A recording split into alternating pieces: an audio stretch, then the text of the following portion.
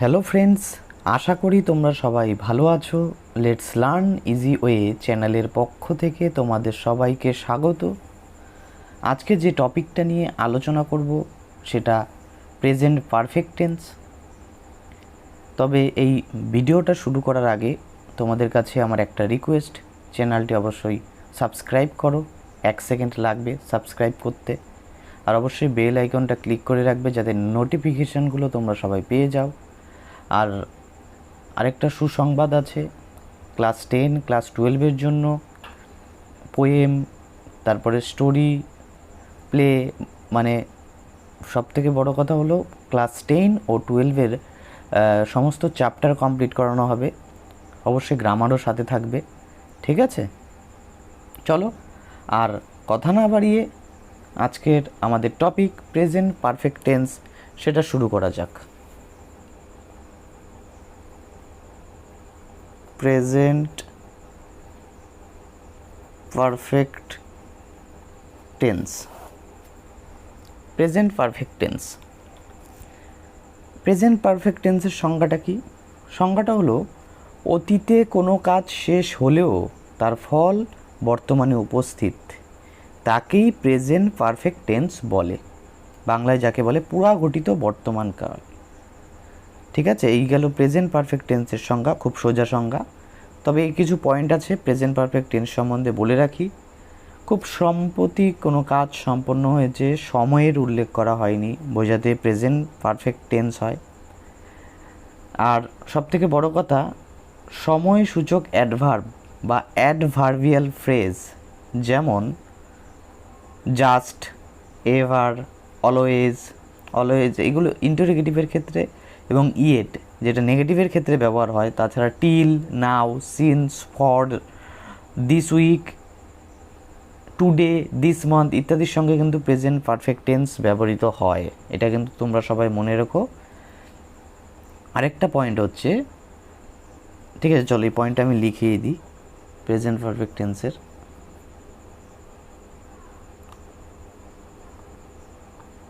সময়সূচক adverb বা adverbial phrase যেমন just, কমা, ever, always, এইগুলো ইন্টারোগেটিভের ক্ষেত্রে, জাস্ট, এভার, অলওয়েজ, ওকে। তাছাড়া ইয়েট যেটা নেগেটিভের ক্ষেত্রে, till, now, since, for, this week, this month, today, এইগুলো বোঝালে প্রেজেন্ট পারফেক্ট টেন্স হয়। আরেকটা ইম্পর্টেন্ট পয়েন্ট সেটা হলো যে কিন্তু,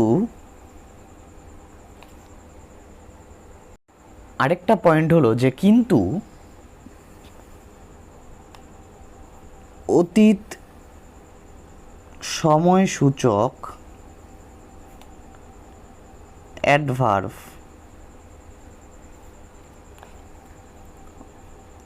যেমন ইয়েস্টারডে,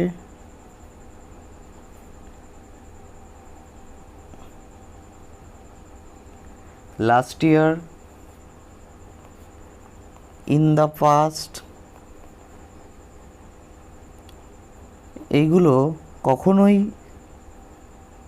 প্রেজেন্ট পারফেক্ট টেন্স সাথে ব্যবহার হয় না। এটা কিন্তু খুবই ইম্পর্টেন্ট, যেটা আমি বললাম যে ব্যবহার হয় না।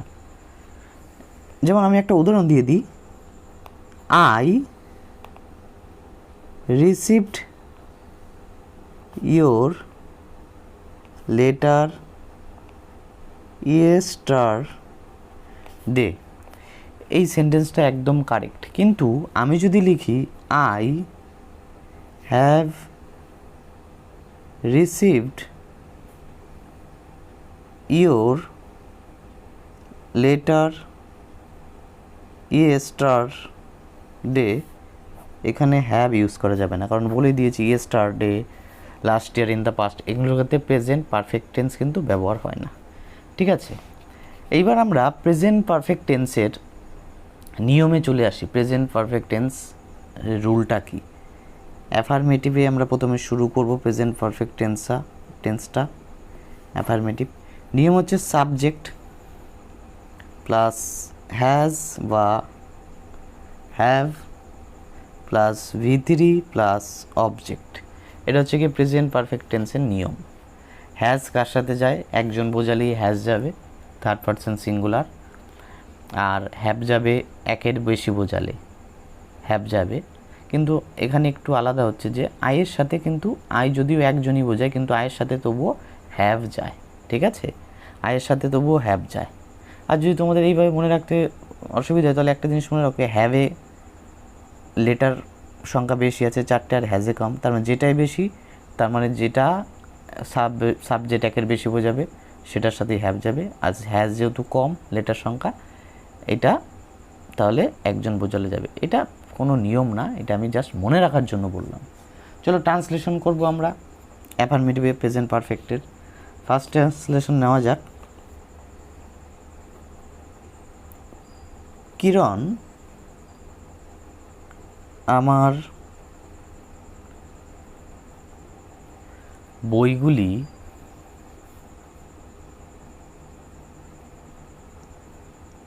লুকিয়ে রেখেছে। সাবজেক্ট কি? কিরণ, তাই তো? তাহলে কিরণ একজন, তাহলে কী হবে? হ্যাজ। ভার্ব কি? লুকিয়ে রাখা, তাই তো? লোকানো ইংরাজি হাইড, তাহলে এটা ভিতরে গিয়ে যাবে হিডেন। তাহলে কিরণ হ্যাজ হিডেন, কি লুকিয়ে রেখেছে? মাই বুকস। হলো। চলো দ্বিতীয়টা নেওয়া যাক। রাধা সব চকলেট খেয়ে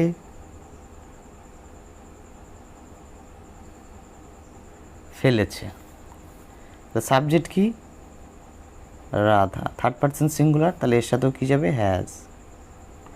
কি ভার্ব কি? খাওয়া, খাওয়া ইংরেজি কি? ইট, তার ভিতরে কী হবে? ইটেন। রাধা হ্যাজ ইটেন কি? সব চকলেট, তাই তো? তাহলে অল দ্য চকলেটস হয়ে গেল। Radha has eaten all the chocolates. এবার 3 নম্বরে চলে আসি। 3 নম্বর নিয়ে নিই। আমি নিতাইয়ের সাফল্যের কথা শুনেছি। সাবজেক্ট কি? আই। তা আয়ের সাথে কী যাবে? বলে দিয়েছি হ্যাভ যাবে। আই হ্যাভ, তাহলে কি? I have. ভার্ব কি? শোনা, তাহলে শোনা ইংরাজি হার্ড। আই হ্যাভ হার্ড, কি শুনেছি? নিতাইয়ের সাফল্যের কথা, তাই তো? তাহলে একটা অফ দিতে হবে। I have heard of Nitai success. তাহলে চলো আরও নিয়ে নিই উদাহরণ। তারা তাদের কর্তব্য করেছেন। তারা তাদের কর্তব্য করেছেন। সাবজেক্ট কি? সাবজেক্ট হচ্ছে দে, তাহলে একের বেশি, তাহলে কি যাবে? হ্যাভ। এবার করা, করা হচ্ছে ভার্ব, তাহলে ডু, ডু এর ভিতরে কি? ডান। দে হ্যাভ ডান, তাদের কর্তব্য, তাই তো? দে আর ডিউটি। তা আমরা অ্যাফার্মেটিভের এই 4টে উদাহরণ নিলাম। আমরা এই উদাহরণের মধ্যেই প্রেজেন্ট পারফেক্টের নেগেটিভের উদাহরণ নিয়ে নেব। প্রেজেন্ট পারফেক্টের নেগেটিভটা কি? আর কিছুই না, সাবজেক্ট হ্যাজ বা হ্যাভ সাবজেক্ট অনুযায়ী, হ্যাজ বা have not V3 plus object.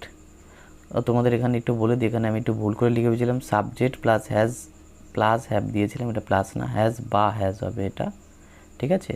Subject plus has বা have not V3 plus object, এটাই নেগেটিভ। চলো নেগেটিভের আর এক্সট্রা করে লিখলাম না, উদাহরণ নিয়ে নিই দুটো। বিজয়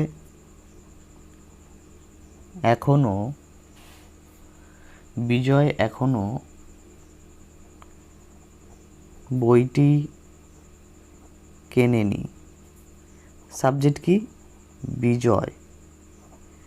তাহলে হ্যাজ যাবে না, হ্যাভ নট হবে, অবশ্যই হ্যাজ নট হবে। বিজয় হ্যাজ নট, আর কেন ইংরাজি কি? বাই, এর ভিতরে কি? বট। বিজয় হ্যাজ নট বট কি? বইটি, তার মানে দ্য বুক। এখনও হবে ইংলিশ কি? ইয়েট, যেহেতু নেগেটিভ আমি এখানে আগেই বলে দিয়েছিলাম নেগেটিভ হলে ইয়েট হয়, তাই তো? চলো পরের উদাহরণ দেওয়া যাক। সে কখনো মিথ্যা বলেনি। সাবজেক্ট কি? হি বা সি, যেটা দেবা। হ্যাজ নট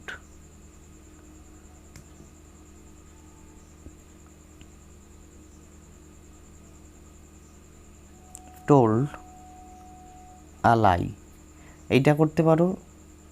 বা হি হ্যাজ নেভার টোল্ড আ লাই, কখনো যেহেতু আছে তাই এই নেভারটাই অ্যাপ্রোপ্রিয়েট আমি মনে করি, এটা করাটাই বেটার হবে, ঠিক আছে? তো তাহলে আরও যে সেন্টেন্সগুলো আছে, এই যে প্রথমে যে অ্যাফার্মেটিভের প্রথম 4টে উদাহরণ নিয়েছি সেইগুলোকেও নেগেটিভ করতে পারো, শুধু না বসিয়ে দাও। যেরকম কিরণ আমার বইগুলি লুকিয়ে রাখেনি, কী হয়ে যাবে? Kiran has not hidden my books. Radha সব চকলেট খেয়ে ফেলেনি। Radha has not eaten all the chocolates. আমি নিতাইয়ের সাফল্যের কথা শুনিনি। I have not heard of Nitai success. তারা তাদের কর্তব্য করেননি। They have not done their duty. Negative হয়ে গেল, তাই আমি আলাদা করে আর করালাম না, শুধু এই সেন্টেন্সগুলোর সাথে না কথা যুক্ত করে দাও আর হ্যাজ বা হ্যাভ নটের পরে নট বসিয়ে দাও, তাহলেই হলো।